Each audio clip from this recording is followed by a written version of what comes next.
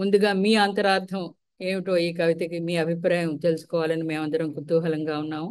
సమయం అనుకూలించి ఏదైనా సమయం ఉంటే అపర్ణ గారు రాకపోతే మీ మీ 20 నిమిషాల ఉపన్యాసం అనంతరం మనం కావాలంటే సభ్యుల అభిప్రాయాలు క్లుప్తంగా తెలియజేయవచ్చు. రావు గారిని మీ కార్యక్రమం మీ అభిప్రాయాన్ని వెల్లడించవలసిందిగా కోరుచున్నాను. నమస్కారం అండి. నా గొంతు వినపడుతుందా అందరికీ? వినిపిస్తుందండి. వినిపిస్తుంది. ముఖ్యంగా మొదట నేను చేయవలసిన ఒక వివరణ ఉంది. ఇది ఏదో ఒక మహా కవిత, దీనికి పెద్ద అంతరార్థం ఉంది అన్నటువంటి అభిప్రాయం నేను కలిగించే ఉద్దేశం లేదు. ఇది అటువంటిది ఏమీ కాదు. అంచేత ఒక్క ఏ నిమిషం విధమైన ఒక్క నిమిషం రావు గారు. ఝాన్సీ ఏకనాథం గారు ఆన్లైన్ లో ఉన్నారు. ఓ ఓకే. ఆయన వీడియో ఆడియో రావట్లేదు. అచ్చా. వచ్చిందా? ఆయన వీడియో ఆడియో రెండు రావట్లేదు. అవును, ఒక్కసారి నేను నేను ఫోన్ చేసి చెప్పనా? రిక్వెస్ట్ పంపించాను, రావట్లేదు అండి. సారీ అండి, నేను డిస్టర్బెన్స్. పంపించానండి, నేను పంపించాను. ఆయన రెస్పాండ్ అవుతారు. మీరు మొదలు పెట్టండి రావు గారు. నమస్కారం. ఓకే, సార్, నమస్కారం. అందుకే ఆయన రెస్పాండ్ చెప్తున్నది ఇస్తారా? ఏమిటంటే, ఏ విధమైనటువంటి స్వాతిశయంతో నేను ఇదేదో ఒక పెద్ద మహా ప్రయత్నం, దీనిలో పెద్ద అంతరార్థం ఉంది, ఎవరు కనుక్కోలేరు అన్నటువంటి అభిప్రాయం ఎంత మాత్రం కాదు. ప్రతిసారి మనం సమావేశమైనప్పుడు ఏదో ఒక చిక్కు ప్రశ్న ఇవ్వటం, దాన్ని మీరు సాల్వ్ చేయండి అని అందరినీ రిక్వెస్ట్ చేయడం, అందరూ దానికి స్పందించడం జరుగుతూ ఉన్నది. ఇది కూడా ఆ రకంగానే ఒక చిన్న చిక్కు ప్రశ్నగా మీరు గమనించాలని నేను కోరుకుంటున్నాను. ఇంకా మొదటి ప్రశ్న, ఏదైనా కవిత్వం, ఏ ఏ కృతి అయినా సరే, ఏ క్రియేటివ్ ఎంటర్ప్రైజ్ అయినా సరే, దానికి ఒక ఇన్స్పిరేషన్ ఉంటుంది. దీనికి ఏది ఇన్స్పిరేషను అన్నది కొంచెం ఆలోచిస్తే ఒక సమాధానం ఆవిడ అప్పుడే చెప్పారు, ఇందిర గారు చదివారు. ఇంకేమైనా ఎవరైనా అనుకున్నారా అను. ఇప్పుడు టైం లేదు కనుక ప్రశ్న అడిగి నేనే సమాధానం చెప్తూ ఉన్నాను. దీనికి ఇన్స్పిరేషన్ మీరందరూ కొంచెం ఆశ్చర్యపడవచ్చు, కానీ ఇన్స్పిరేషన్ నా అభిమాన కవి అయినటువంటి కరుణశ్రీ. కృతి, నేను చూచిన కృతి పుష్ప విలాపం. పుష్ప విలాపానికి ఓ ప్రభు నీ దేవుడు, నీ నీ కోవిలు ఎక్కడ అన్నదానికి సంబంధం అన్నది చూడగానే స్ఫురించదు. కానీ వీటిలో కొన్ని పోలికలు ఉన్నాయి. ఒకటి, కథకుడు రెండింటిలోనూ ఒక పవిత్ర కార్యానికి ఉత్సుకుడవుతాడు. దేవాలయానికి వెళ్ళాలి, దేవుడికి తన భక్తిని తనకు తెలియజేసి తను పూజ చేయాలి, అంతవరకు సామరస్యం ఉంది. రెండవది, ఆ పవిత్ర కార్యంలో ఒక డిస్ట్రాక్షన్ కానీ ఒక వైఫల్యత కానీ ఇద్దరికి కలుగుతాయి. మొదటి దానిలో పువ్వులు, మా ప్రాణము తీతువా ఎనుచు బావురు అని ఆ ఏడుపు చూస్తాడు, అతని మనస్సు కరిగిపోతుంది. కరుణశ్రీ గారు, అతని మనస్సు చాలా సులభంగా కరుగుతుంది. ఆయన తన మనస్సు కలిగించుకోవడమే కాదు, పాఠకుల మనస్సుని పోయడం కాదు, కరిగిస్తాడు. కానీ అందులో ఆయన కార్చే కన్నీరే ఒక కవితగా కనపడుతుంది మనకు. ఆ కరుణ, ప్యాథోస్ అంటే జాలి, ఈ విధమైనటువంటి ముఖ్యమైన. ఆయనకి హీరో ఎవడు? బిడ్డను నదిలో వదిలేసిన కుంతి, లేదు భర్తను వదిలి సౌధంలో విరహాగ్నిలో బాధపడుతూ ఉన్నటువంటి ఊర్మిళ.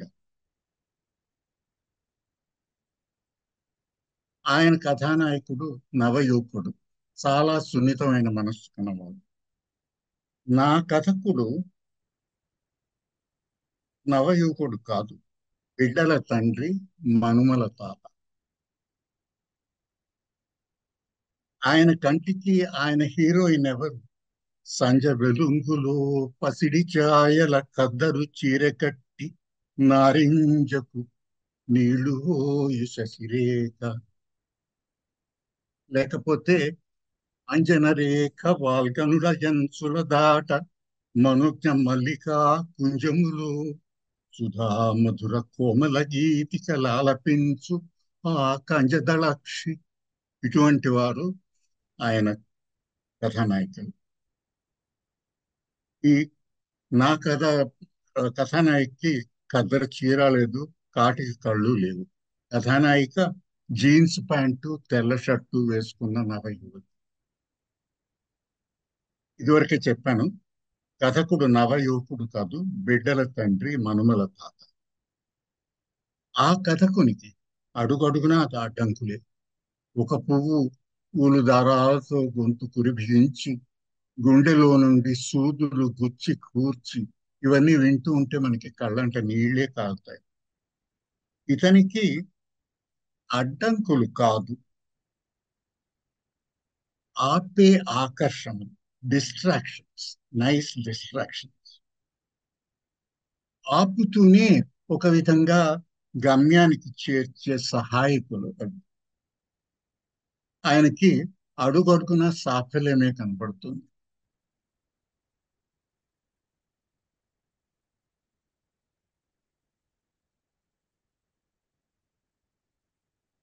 అతనికి కనపడిది మనవరాలిలో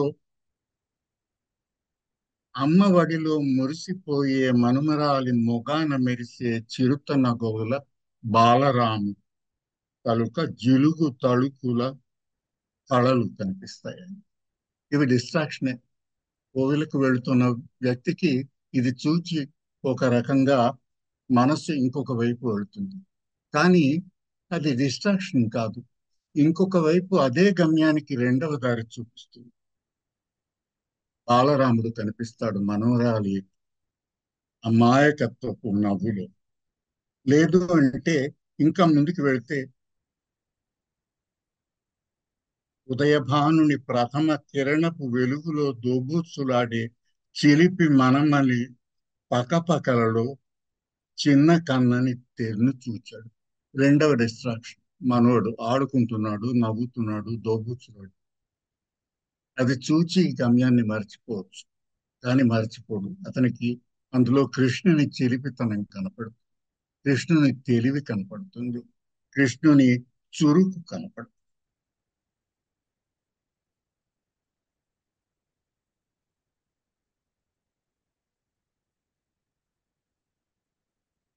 మొదటిది ఊయలలో ఊగే బాలరాముని స్వచ్ఛత, రెండవది చిలుపు మనమెడిలో బాలకృష్ణ, మూడవది గొడుగు, పాఠశాల, ఉపనయనం కనపడతాయి. గొడుగు అంటే ఎప్పుడైనా సరే ఉపనయనం అంటే మహత్కార్యానికి వెళ్లే ముందు సన్నద్ధత అవడం, అందులో కార్యదీక్ష కను. ఒక విధంగా ఇక్కడ కొద్దిగా పోతన గారి శైలి దొంగలాడేనొచ్చు, ఎరువు తెచ్చుకున్నానొచ్చు. లక్ష్మీదేవి విష్ణువు గజేంద్రుడి శరణార్థి అవుతూ పిలిచే పిలుపు విని తనను తానే మర్చిపోతూ ముందుకెళ్ళిపోతూ ఉంటే లక్ష్మీదేవి ఏమి చేస్తుంది? అడిగెదనని కడువడితను అడిగిన తన మగుడ నుడువడని నెడ నుడుగును వెడవెడ చిడుముడి తడబడ నడుగిడు అడుగిడుదు నడుమ నడుగిడు నెడలు.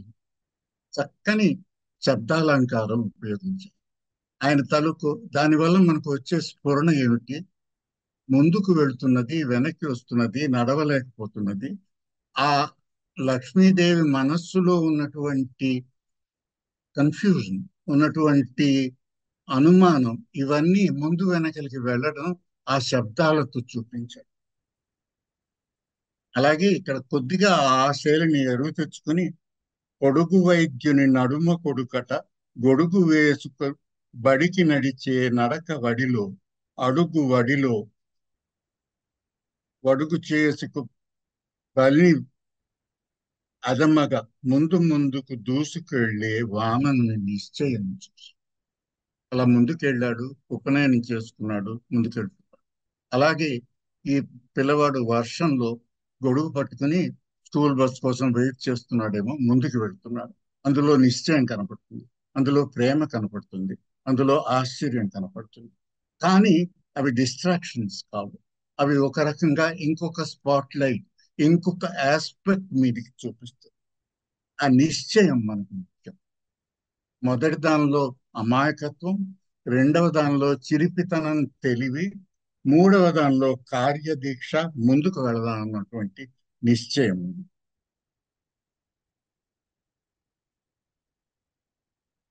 ఇంకా నాలుగవది,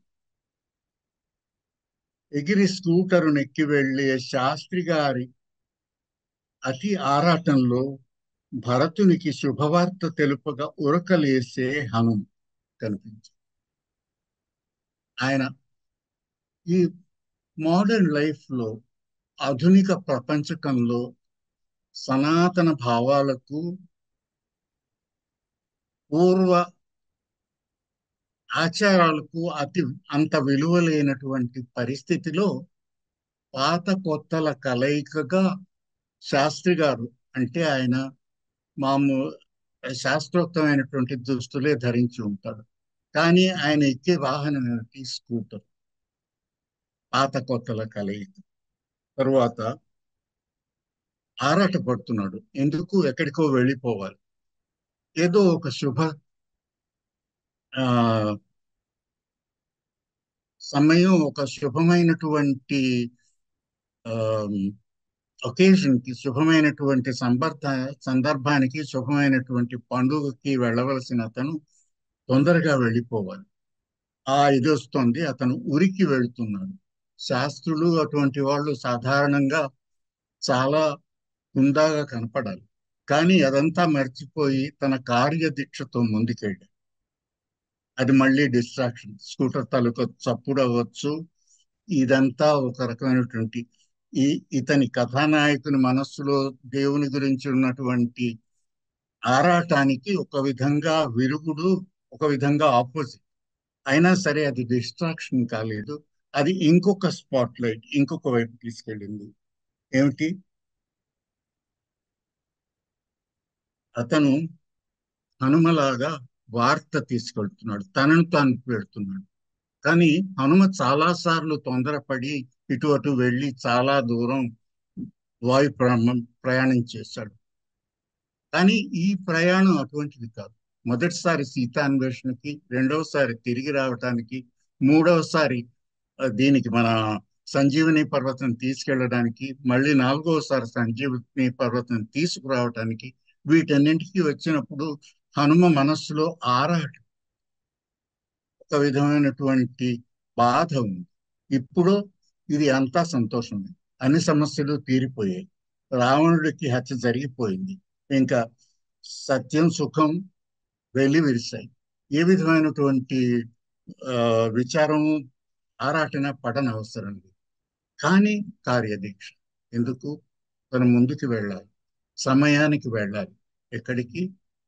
శుభవార్త తీసుకుని వెళ్ళాలి. ఏ శుభవార్త? రావణుడు చనిపోయాడు, రా రాముడు విజయం చేశాడు, రామలక్ష్మణ సీత పరివారంతో పాటు తిరిగి వస్తున్నారు అని చెప్పాలి. ఎవరికి? భరతునికి. కానీ అది చాలా తొందరగా చేయాలి. కార్యదీక్ష కావాలి, సమయం కావాలి. ఎందుకు? అసలు సమయానికి వెళ్ళలేకపోతే భరతుడు అక్కడ ప్రాయోపవేశం చేయడానికి సిద్ధంగా ఉన్నాడు. అంచేత దీక్ష కనపడుతుంది, దృఢ సంకల్పం కనపడుతుంది.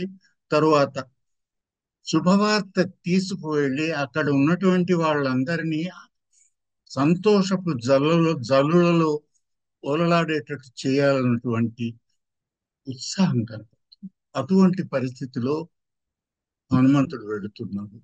అటువంటి హనుమంతుని స్ఫురింపచేశాడు ఈ శాస్త్రి గారు, స్కూటర్ ఎక్కుతూ శుభకార్యానికి సమయానికి చేరాలన్నటువంటి తొందరలో.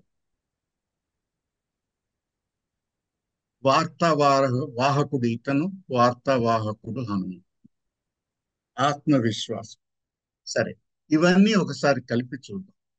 ఇవన్నీ చూసినట్టయితే అవతారాలే కాదు, వ్యక్తి తాలూకా మానసిక అభివృద్ధిలో దశలుగా మనం చూడవచ్చు. మొదటిది ఇన్నసెన్స్, పవిత్రత. రెండవది చిలిపితనం, తెలివి. మూడవది కార్య నిర్వహణలో ముందుకు వెళదామన్నటువంటి ఆ వటువు తాలూకా ఉత్సాహం. నాలుగవది దృఢ సంకల్పం, సెల్ఫ్ కాన్ఫిడెన్స్, ఆత్మవిశ్వాసం, ముందుకెళ్ళడం. ఇవన్నీ మనసి తా మనిషి తాలూకు ఎదుగుదలలో ఆ, స్థితులు, దశలు. ఈ రకంగా నువ్వు నిన్ను అభివృద్ధి చేసుకోవాలి అని చెప్పకుండా చెప్పేటటువంటి గుర్తులు ఉమెన్స్ అనుకోవచ్చు, మైలురాళ్ళు, దశలు. ఇంకా నెక్స్ట్ది ఒక సెకండ్ చాప్టర్ ప్రారంభమవుతుంది. ఒక రకంగా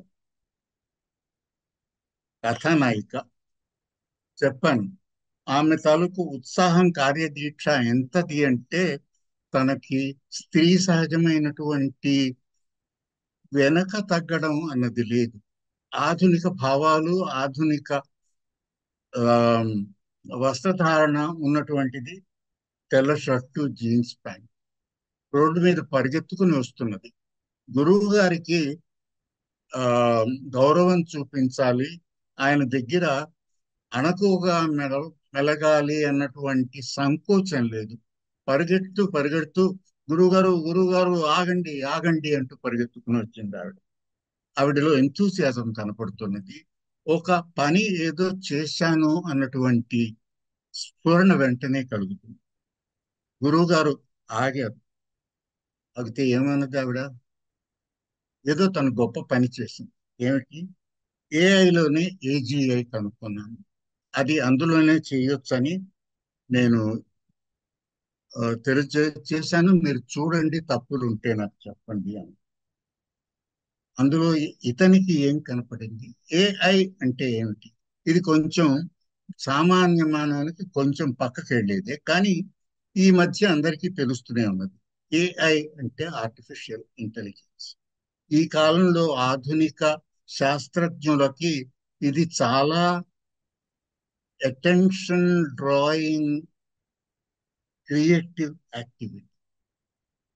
కానీ ఇందులో చాలా షేడ్స్ ఉన్నాయి. ఇది ఆమె పెన్ డ్రైవ్ లో తీసుకొచ్చింది.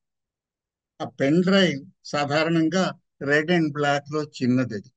ఆ చిన్న ఇంప్లిమెంట్ లో ప్రపంచానికి కావలసినవన్నీ మనం పెట్టొచ్చు. ఒక రకంగా అణువులో ఎంత పెట్టొచ్చో అది తెలియజేస్తుంది. అందులో ఇతనికి కనిపించినది ఏమిటి? బ్రహ్మదేవుని సృష్టి కమలం అంటే క్రియేటివిటీ.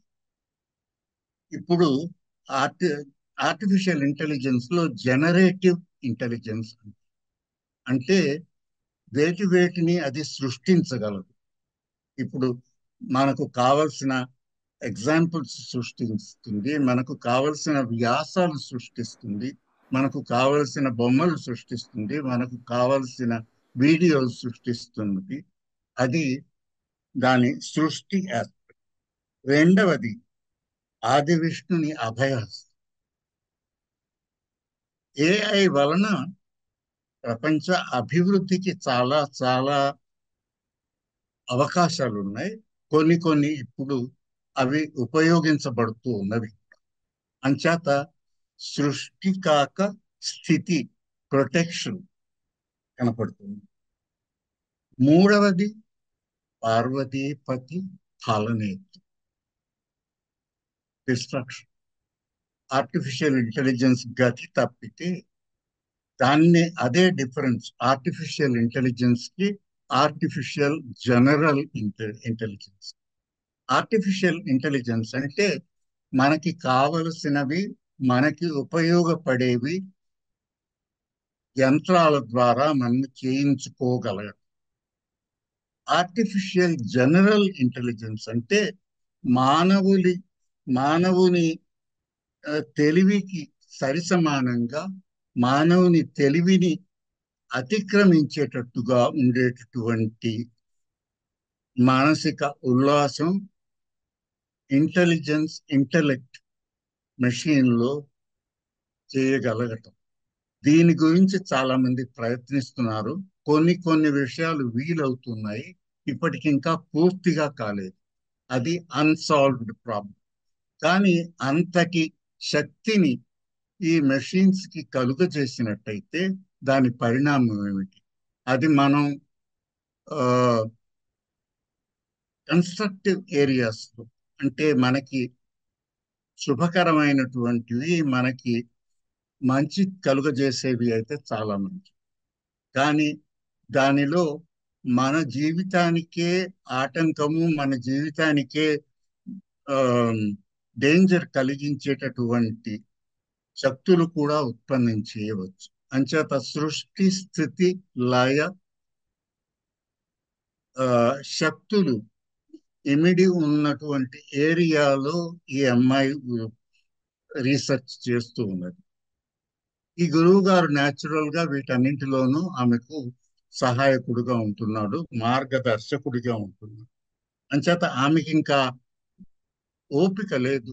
రండి నాతోటి, ఇది చూడండి, నేను ఇది చేశాను, ఇది అయిందా లేదా, తప్పైతే చెప్పండి అని కేవలం చేయి పట్టుకుని తీసుకెళ్లడం ఒకటి మినహాయించి అతన్ని తన ఎంతూజియాజంతో, తన సంతోషంతో కాళ్ళు కట్టిపడి కోవెల దారి నుంచి మళ్ళించి ల్యాబ్ వైపు మళ్ళించింది. అతనికి ఒక విధంగా డిసప్పాయింట్మెంట్ కలగవచ్చు, కానీ ఇది కూడా డిస్ట్రాక్షన్ కాదు. ఇది ఒక రకమైనటువంటి ఇంకొక స్పాట్ లైట్, ఇంకొక మార్గం తెలుసుకుంది. అందుకని అక్కడికి వెళ్ళాడు. వెళ్ళి ఇవి చూడడానికి తను అప్పుడు గ్రహించాడు, ఆ కోవెలలో ఉన్నది ఈ కోవెలలో కూడా ఉన్నది. అక్కడ మనము చేతులు జోడించి దేవుని కృప కోసం ప్రార్థిస్తాము. ఇక్కడ మనం మన మెదడుని ఉపయోగించి సత్యాన్ని తెలుసుకోవడానికి, మానవ జాతికి మంచి చేయడానికి, చెడు రాకుండా కాపాడడానికి ఉన్నటువంటి యత్నంలో, ఒక యజ్ఞంలో మనం పాల్గొంటాము. అందుకని ఇది కూడా ఒక దేవాలయమే, ఈ దేవాలయానికి నేను వెళ్తున్నాను అని అతడు చెప్పాడు. అందుకే అతనికి ఇవన్నీ చూస్తే అర్థమైనది ఏమిటి? జ్ఞాననేత్రం తెలుసుకున్నది. ఎటు తిరిగినా దేవదేవుడు, కనిపించే ప్రపంచమంతా నీ దేవాలయం అని అర్థమైనది దేవదేవ. ఇవన్నీ ఎటు వెళ్ళినా ప్రపంచం అంతా నువ్వు సర్వవ్యాపకుడివి. దేవాలయం ఎక్కడో ఉందని మనం వెళతాం, అది కాదు. మనం వెళ్ళిన చోటే దేవాలయం, మనం చూస్తే నువ్వు కనపడవు అన్నది ముఖ్యమైనటువంటి. ఉర్దూ కవి గజల్లో అంటాడు, నన్ను మసీదులో మధు తాగని, వద్దంటావా? నాకు ఖుదా లేని జాగా ఏదో చూపించు, అక్కడ నేను తాగుతాను. మీరు అతడు తాగుబోతు అని అనుకోవచ్చు, కానీ అందులోని పరమసత్యం ఏమిటంటే, ఏమిటయ్యా నువ్వు మసీదు పైజాగా ఒకటి పవిత్రం ఒకటి అపవిత్రం అంటున్నావు, దేవుడు అన్నింట్లోనూ ఉన్నాడయ్యా అని సర్వమతాలు చెప్పే పరమసత్యాన్ని అతను కూడా ఒక రకంగా తెలియదు. ఆఖరికి కథానాయకుడు అంటాడు,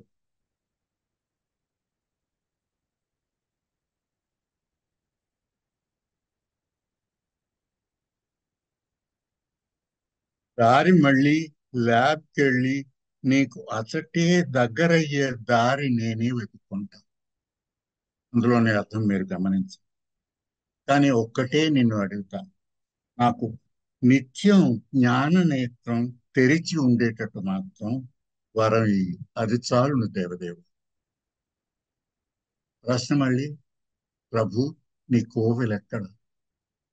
నీలాగే ప్రపంచమంతా నీవు సర్వవ్యాపకుడివి, నీ కోవెల అంటూ ఒక ప్రత్యేకమైన స్థలం లేదు. ఎక్కడ పడితే అక్కడే నీ కోవెలను చూచేవాళ్లకు, జ్ఞాననేత్రం తెరిచి చూచేవాళ్లకు ప్రతి స్థలం దేవాలయంగా కనపడుతుంది. నమస్కారం.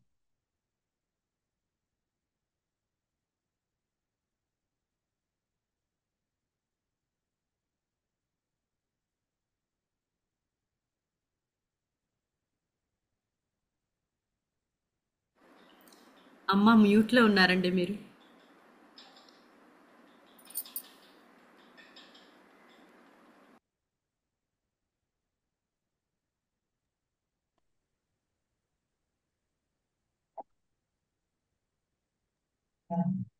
ఇప్పుడు వినిపిస్తుందా అండి? రావు గారు వినిపిస్తోందా? Oh, yes, ఉంటుంది. ఆ, మీరు చెప్పినది అంతా కూడా వివరంగానే చెప్పారు. ప్రతి స్టాంజా కూడా చక్కటి వివరణతో చెప్పారు. నేను అనుకున్నాను ఆ, బాలరాముని చెప్పారు, కృష్ణలీలలు చెప్పారు, వామన్ గుర్తు తెచ్చారు. సో ఆ, లగ్నం నాటి పురోహితుడు అనకుండా స్కూటర్ ఎక్కారు అని చెప్పేసి చాలా చక్కని మలుపు తిప్పారు అని అనుకున్నాను. అదేవిధంగా పెన్ డ్రైవ్లో కూడా బ్రహ్మ విష్ణు త్రిమూర్తులను చూపించడం అనేది చాలా చక్కగా వివరంగా అందరికీ అర్థమయ్యే రీతిలో తెలియజేసినందుకు చాలా ధన్యవాదాలు. సభ్యులందరూ కూడా మీరు ఇంకేదైనా స్పందన ఉందండి ఈ కవితకి సంబంధించిన రావు గారు? ఇంకేదైనా చెప్పదలుచుకున్నారా? లేదండి, నేను అనుకున్నది చెప్పాను. ఇంకెవరైనా ఏమైనా అడిగినా చెప్పినా మనకి సమయం ఉంటే మాట్లాడవచ్చు. అవును, ఉన్నది. కనీసం ఒక 10 నిమిషాల సమయం ఉంది. సో నేను సభ్యులు అందరూ రాధిక గారు, విష్ణుప్రియ గారు అందరూ వచ్చినట్టున్నారు, నేను చూస్తున్నాను. గాయత్రి గారు ఉన్నారు, నెక్స్ట్ పద్మజ చెంగల్వల్ గారు ఉన్నారు, పద్మజ రమణమూర్తి గారు ఏదో మాట్లాడదాం అనుకుంటున్నట్టున్నారు. అరే, సభ్యులందరికీ నేను మనవి, సభ్యులందరూ కూడా ఒక అందరూ తలా 1 నిమిషం సమయం తీసుకుని రావు గారి ఉపన్యాసానికి మీ స్పందనలు కానీ ఇంకేదైనా ఆయన గురించి ప్రశ్నలు కానీ ఉన్నా కూడా, ఇప్పుడు అవకాశం లేకపోయినా కూడా ఆయన సమాధానాలు మనం నెక్స్ట్ మీటింగ్లో కొనసాగించవచ్చును. మీ స్పందనలు, సలహాలు, ఇంకేదన్నా మీ అభిప్రాయాలు తెలియజేయవలసిందిగా సభ్యులందరినీ, శ్రేయోభిలాషి ఏకనాథం గారిని కూడా నేను కోరుతున్నాను. ఈ సభకు ఇచ్చేసిన ఏకనాథం గారి ఈ నమస్కారం. ఏకనాథం గారిని ఆహ్వానిద్దామండి. ఉందండి, ఒకసారి మాట్లాడవలసిందిగా. దయచేసి మీరు అన్మ్యూట్ చేసుకుని వీడియో ఆన్ చేసుకోవాలి. ఇంతలో మనం ఎవరి దగ్గర వెళ్దాం. ఇందులో ఎవరైనా సభ్యులు ఇంతలో మరి ఎవరైనా సరే కాదు. నేను మాట్లాడవలసిన చెప్తానండి. చెప్పండి. ఇందులో మనకి ప్రహ్లాద తత్వం కూడా ఉంది. ఇందుగలడు అందు లేడని సందేహం వాళ్ళు ఎందెందు వెతికి చూచును అందందేగాడు అని. హిరణ్యకశిపుడు అడుగుతాడు కదా దేవుడు ఎక్కడున్నాడు అని. అలాగా వర్క్ ప్లేసే ఒక దేవాలయం. అలాగే అసలు దేవుడు మనలో ఉన్నాడు అన్నది ఒక ఆంగ్ల సామెత ఉంది, our body is the temple of holy ghost అని. మనం చేసే ప్రతి మంచి పనిలోని దేవుడు కనబడతాడు. ఎందుకంటే కబీర్ది కూడా అంటాడు ఆయన, నేను దేవుడు వెతకడానికి వెళ్ళాను, దేవుడు అంటే ఎవరు, మనకు సాయం చేసేవాడు, అందువల్ల అవసరమైతే నేను ఈ రొట్టెలు కోసం పిండి తిప్పే చక్కీని కూడా నేను పూజిస్తానంటాడు. అలాగా రావు గారు చెప్పిన దాంట్లో మనం చేసే వర్క్లోని, మన భావంలోని దేవుడు ఉన్నాడు. అందువల్ల మనం సరిగ్గా వర్క్ చేస్తే మనం దేవాలయంకి వెళ్ళినంత ఇది పవిత్రత మనకి ఆ ఫలితం వస్తుంది అని చెప్పారని నేను అనుకుంటున్నానండి. ధన్యవాదాలండి. ఇంకెవరైనా స్పందించేవారు? గాయత్రి గారు, రాధిక గారు, విష్ణుప్రియ గారు. ఐ థింక్ మనం గాయత్రి గారిని ఆహ్వానిద్దామా? గాయత్రి గారు లేదా గిరిజ గారు రెడీగా ఉన్నారు. గిరిజ గారు ప్లీజ్. ఎవరు రెడీగా ఉంటే దయచేసి, ఎందుకంటే ఎనీ టైం అపర్ణ గారు రావచ్చు, ముఖ్య అతిథిగా రావచ్చు. వారు వచ్చే వరకు మనం.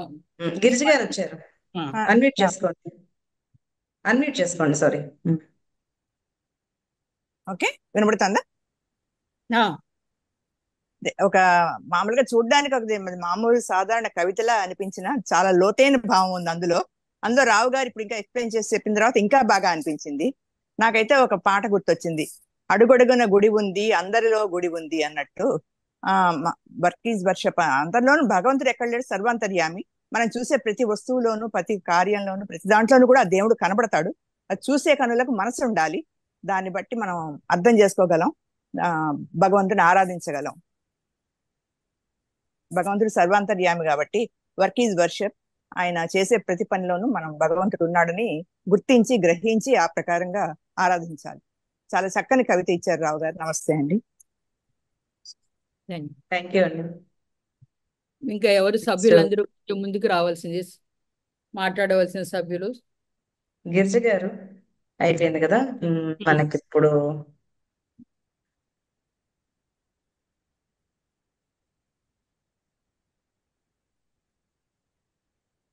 ఇంకా ఎవరున్నారు? రాధిక గారు కానీ, గాయత్రి గారు, పద్మజ చెంగల్వల్ గారు. పద్మజ చెంగల్వల్ గారు ఉన్నారా? ఉన్నారు. ప్లీజ్ అన్మ్యూట్ అండి. వీడియో కూడా ఇప్పటి వరకు ఉన్నారు ఇప్పుడే. మరి ఇంకెవరైనా సరే లేదా మనకు అపర్ణ గారు మెసేజ్ ఇస్తారా ఎప్పుడు వస్తున్నారు అనేది? ముందు 5 నిమిషాలు ఇంకొక 10 మినిట్స్ అండి. గొంతు లేదు, బాగా ఫీవర్ గా ఉంది, అందుకనే చెప్పండి. మీడియం గొంతు అసలు లేదు, బాగా ఫీవర్ గా ఉంది. అర్థమైంది. అందుకని అట్లా వచ్చి కూర్చున్నాను కాసేపు. నెక్స్ట్ టైం అప్పుడు నా మాట్లాడతా. సరే అండి. సరే, గాయత్రి గారు ఉన్నారా? గాయత్రి గారు ఉన్నారు. గాయత్రి గారు మిమ్మల్ని ఆహ్వానిస్తున్నాం. రాధిక్ గారు కూడా ఉన్నారా? వచ్చారు. రాధిక్ నమస్కారం అండి. చెప్పండి. అందరికీ నమస్కారం. రావు గారికి, ఇందిర గారికి, ఇక్కడ ఉన్నటువంటి శ్రేయోభిలాషులందరికీ చాలా రోజుల తర్వాత మళ్ళీ మీ అందరినీ చూడడం చాలా సంతోషంగా ఉంది. కొంచెం ఆలస్యంగా జాయిన్ అయ్యాను, క్షమించాలి. గత మీటింగ్లో కూడా మా రావు గారి కవిత్వం గురించినటువంటి నా అభిప్రాయాలు ఆ రోజు మేబీ నేను ఒక్కతనే పంచుకున్నానేమో. ఆ రోజు కూడా చెప్పడం జరిగింది. లోతైన విశిష్టాద్వైత భావనలను ఒక కవితగా చెప్పే విధంగా వారు మలిచారు. అది కూడా ప్రాక్టికాలిటీకి, ఈ రోజుల్లో వాళ్ళకి అర్థమయ్యే విధంగా దగ్గరగా మనసుకు హత్తుకునేలాగా కవిత రూపంలో వారు చెప్పే ప్రయత్నం చేశారు. అందులో గత మీటింగ్లో కూడా నేను ఇదే మాట చెప్పాను. చాలా సంతోషం అండి. మీ వంటి పెద్దలు మార్గదర్శకంగా ఉంటూ ఇటువంటి చక్కటి రచనల ద్వారా యువతరానికి, మా అందరికీ కూడా స్ఫూర్తివంతంగా ఎన్నో తెలియని విషయాలను తెలియజేసే విధంగా ముందుకు రావడం, మీ రచనలను కొనసాగించడం చాలా ఆనందంగా ఉంది. మీకు మా అందరి తరఫున కృతజ్ఞతలు తెలియజేస్తున్నాం. ఈ విషయంలో మాతో ఉండడం మాకు మరింత కొత్త స్ఫూర్తి. మిమ్మల్ని, ఇందిర గారిని, మీలాంటి వాళ్ళని చూస్తూ ఉంటే మా తరానికి, మీ తర్వాత తరం వాళ్ళం కదా, మాకు కొత్త స్ఫూర్తి అనమాట. మిమ్మల్ని చూస్తే చాలా ఆనందంగా ఉంది. మేము కూడా ఇంకా ఎన్నాళ్ళైనా ఇదే విధంగా సాహితీ సేద్యం కొనసాగిస్తూ ముందుకు వెళ్ళాలని, మీ అందరి ఆశీర్వాదాలు ఉండాలని కోరుకుంటున్నాను. ధన్యవాదాలండి. నేను ఉంటాను ఇక్కడ, కానీ నాకు వరుసగా కాల్స్ వస్తూ ఉంటాయి మధ్యలో, అందుకని నేను మ్యూట్లో ఉంటాను. మధ్యలో వీడియో ఆన్ చేసుకుంటూ ఉంటాను. ఓకే అండి, ధన్యవాదాలు రాధిక్ గారు. సీత గారు మీరేమన్నా చెప్తారా? నేను చెప్పండి. ఇంతకు ముందు ఈ కవిత చదివినప్పుడు ఇదే భావం నాకు వచ్చింది. ఆయన విశ్లేషణ కానీ, వివరణ కానీ విన్న తర్వాత ఇంకా చాలా గొప్పగా అనిపించింది. అంటే ఆధ్యాత్మిక భావాల్ని కూడా అనుభూతి చెంది దాని గురించి వివరించటం అనేది ఒక కవితలో అలా చెప్పగలగడం చాలా మంచి కవితకు ఉండే లక్షణం. అంత ఇప్పటి రోజుల్లో చాలా మందికి అలాంటి కవితలు రావట్లేదు అనుభూతి పరంగా చెప్పాలంటే.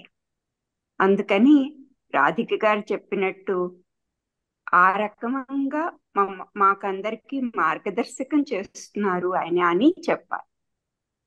భావపరంగా, కవిత్వ పరంగా, భాషాపరంగా అన్ని రకాలుగాను ఆయన గురువు. ఆయనకి గురువుగా ఆయన పాఠాలు నేర్చుకునే స్థితిలో ఉన్నాం మేము. ఇంకా ధన్యవాదాలండి. మార్గదర్శకులుగా ఆయన దారిలో నడవడానికి ప్రయత్నిస్తున్నాం. ధన్యవాదాలు. రాధిక గాయత్రి గారు ఉన్నారండి లైన్ లో? ఇంకెవరైనా ఉన్నారా? ఝాన్సీ చూడు ఒకసారి.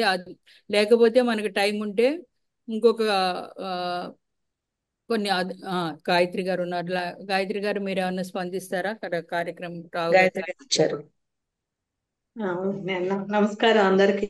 అంటే నాకు కవిత్వం గురించి నేను ఎక్కువగా స్పందనలు అవి చెప్పలేను, కానీ చాలా ఇందాక సీత గారు వ్యక్తపరిచిన విధంగా ఏంటంటే ఈ ఒక భావాన్ని అనుభూతి చెందించగలిగితేనే ఆ కవితకి సార్థకత అని నేను అనుకుంటాను. ఏదైనా ఒక కవితను చదివినప్పుడు మనలో ఒక భావం కలిగి తీరాలి, మన మనసులో ఒక స్పందన రావాలి. ఆ స్పందన వచ్చే విధంగా ఉంది ఆ కవిత అని నాకు అనిపించింది, ఆయన రావు గారు రాసినటువంటిది. అంటే మనలో ఒక ఉత్తేజాన్నో ఒక ఫీలింగ్ నో ఏదో ఒక దాన్ని తట్టి లేపితేనే, ఊరికే ఏదో అక్షరాలు అందంగా రాసేసి అటు ఇటు పెట్టి ఏదో మనం అంటారు ప్రాసలు సరిపోయాయి అనిపించినట్టు కాకుండా ఒక భావాన్ని వ్యక్తం చేయటం చాలా చక్కగా ఉంది ఆయన కవితల్లోనూ. అది అంటే నాకు అలాంటి అనుభూతి ఒకటి కలిగింది ఆయన కవిత చదివినప్పుడు. అలాగే ఇప్పుడు ఆయన అంత వివరంగా చెప్పారు కదా, అందులో ఏ ఏ స్టెప్ లో ఏవేవి ఎలా అనుకుంటూ తను రాశారు అన్నది. అంటే కవి తన మనసులో ఏమనుకున్నారో కూడా అలా వినగలగటం చాలా సంతోషంగా ఉంది. నమస్కారం అండి. ధన్యవాదాలు. బాగా చెప్పారు. పద్మ గారు, పద్మాచలరిగా నేను చెప్పాలనుకున్నవన్నీ కూడా పద్మ గారు నేను మొత్తం అందరూ చెప్పేశారు. స్క్రిప్ట్ మార్చేసుకున్నారా? అదే అందుకే చెప్పడానికి ఉదయశ్రీ గారు చెప్పలేదు. ఉదయశ్రీ గారు, ఉదయశ్రీ గారు మీ స్పందన తెలియజేయవలసిందిగా. మ్యూట్ లో ఉన్నట్టున్నారు. గాయత్రి గారు మీరు ఫోన్ అడ్డంగా పెట్టారు. గాయత్రి గారు ఫోన్ నిలువ. ఉదయశ్రీ గారు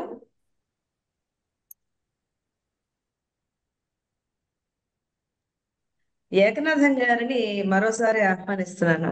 దయచేసి ఈ వీడియో ఆన్ చేయండి. నమస్కారం. నేను కవిని కాదు, కవిత్వం అది నాకు అంత ఎక్కువగా రాదు. But I'm very impressed with the explanation given by Dr. Rao, because when I read the first time the poem last time when the Spandana magazine was published, I did not understand. But now I see the deep meaning that he packed into each of the stanzas. And I'm very impressed how he thought about it and how he related through these poems. I thank him very much for that. Thank you, sir. Very kind of you. నేను మొట్టమొదట సీత గారి ప్రశ్న తర్వాత నా సందేహం నా మందబుద్ధికి తెలియటం లేదండి. అన్నీ ఇంతవరకు వామనావతారం దాకా అర్థం చేసుకున్నాను. తర్వాత సాంకేతికపరమైన అభివృద్ధి చూపించారు. స్కూటర్ మీద ఎక్కి లగ్నం నాటి పురోహితి కాదు, కానీ పన్నెండ్రేవులో త్రిమూర్తుల్ని చూపించడం అనేది మీరు వివరించాలి అడుగుదామని అనుకుంటూనే మీ ఉపన్యాసంలో రాకపోతే అడుగుదాం అనుకున్నాను. మీరు చాలా వివరంగా తెలియజేశారు. అది నాకు చాలా ఆనందాన్ని కలిగించింది. అనేది ఒక విధమైన స్పాట్ లైట్ అంటూ మీరు మార్గం, అది కూడా ఒక విధమైన మార్గం. అందులో ఇది మనం కావాల్సిందల్లా కేవలం మన మేధని, మన జ్ఞాననేత్రాన్ని ఎలా ఓపెన్ చేయడానికి ఇంకా ప్రయత్నం చేయాలి అనేటువంటి మార్గాల్లో ఇది కూడా ఒకటి అనేది కూడా మీ సందేశం తెలిసింది. ధన్యవాదాలు. మరి కార్యక్రమంలో ఇంకొక 5 నిమిషాలు ముఖ్య అతిథి గారు రాకముందు నేను మనకు సమయం ఉంటే కొన్ని పాయింట్లు అందరికీ చెబుదామని అనుకుంటున్నాను. అందరూ ఇంకెవరన్నా స్పందించకపోతే నేను వేరే ఐటెంలోకి వెళ్ళొచ్చా? ఝాన్సీ గారి గొంతు వినలేదు. నేను ఒక్కసారి రావు గారి కవిత చదువుతూ చెప్తాను మీ అనుమతితో. చెప్పండి. మొత్తం కవిత.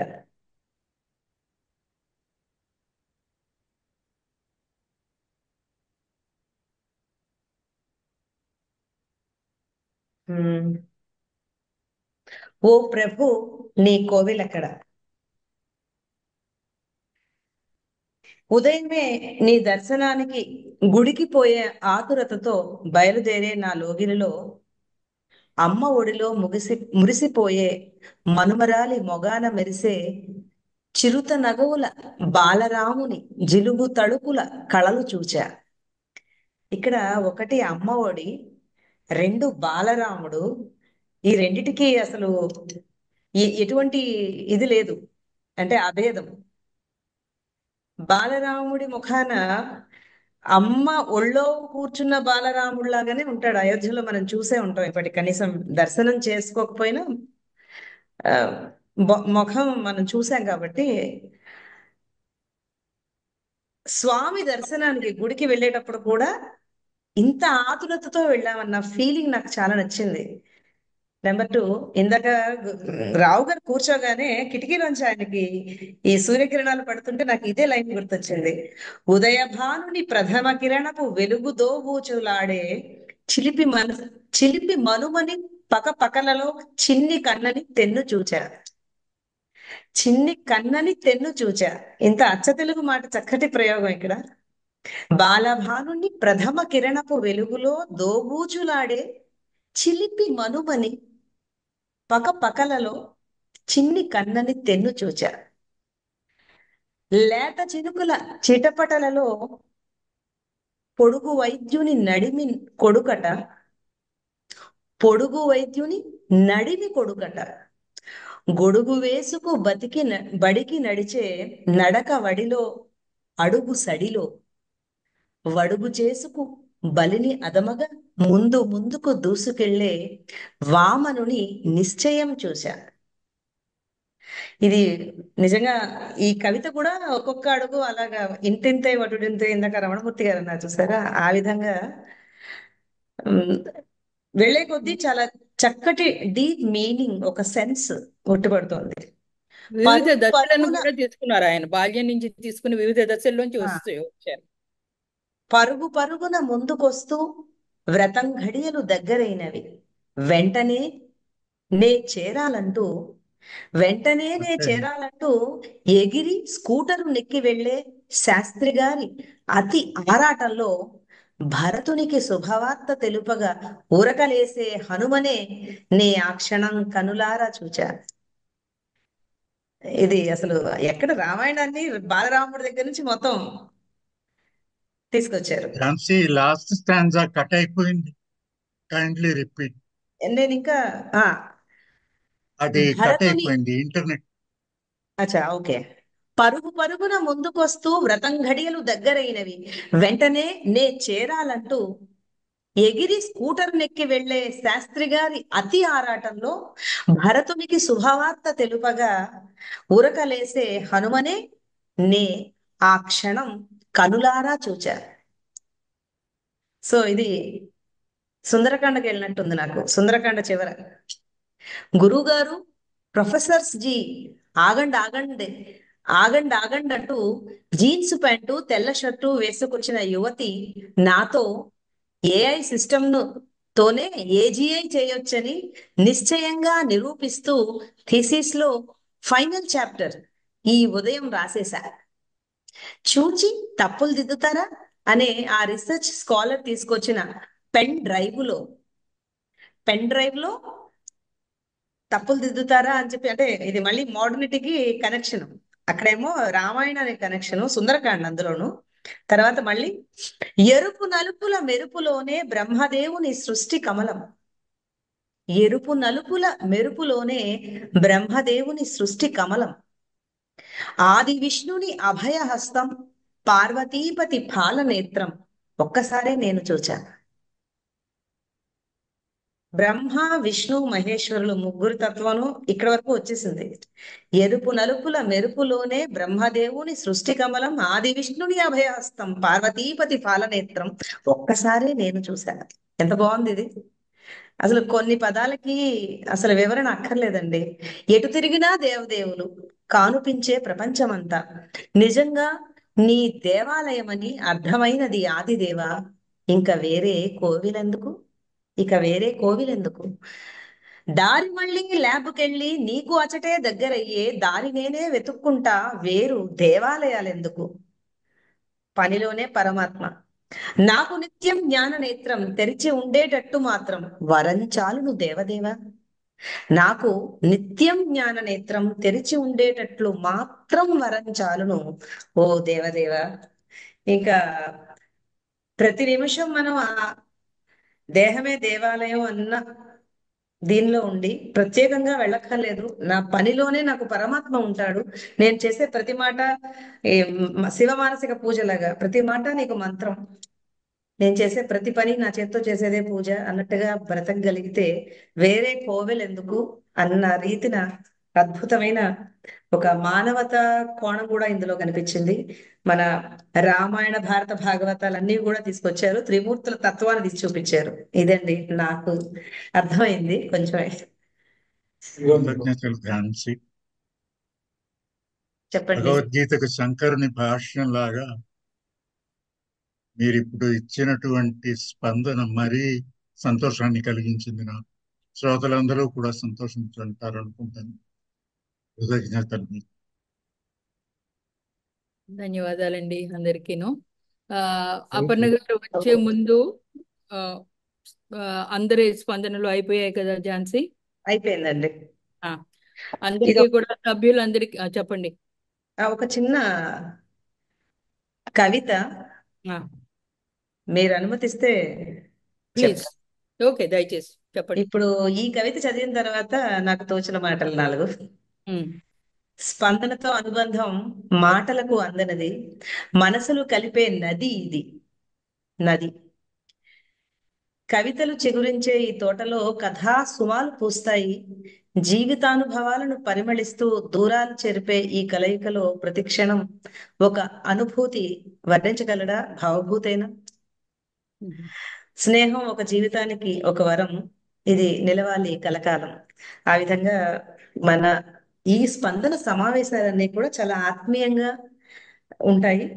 ఏదో ఒక కొత్త విషయాన్ని రావు గారు మనకి ఎప్పుడు చెప్తూ ఉంటారు. నాకు అది చాలా నచ్చిన అంశం మన సమావేశాల్లో. అందుకే నేను ఎప్పుడు మిస్ అవ్వనండి రావు గారి కోసం. ముఖ్యంగా మన ఇంద్ర గారి ఇది మేనేజ్మెంట్ కూడా దీనికోసం ఎంత కలవరిస్తారో. ఆడ 3-4 రోజుల నుంచి కసరత్తులు చేస్తారు.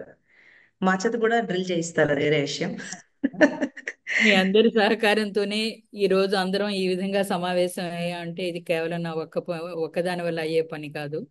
మీ అందరి సహకారం వల్లనే ఇది సాగుతోంది. అందరికీ కూడా నేను వచ్చి మీరు అన్ని పనుల్లోనూ తీరిక చేసుకుని వచ్చి దీన్ని ఈ విధంగా విజయవంతంగా కొనసాగిస్తున్నందుకు నేను ధన్యవాదాలు చెప్తున్నాను అందరికీ. అటు రావు గారికి, స్పందన సభ్యులందరికీ కూడా.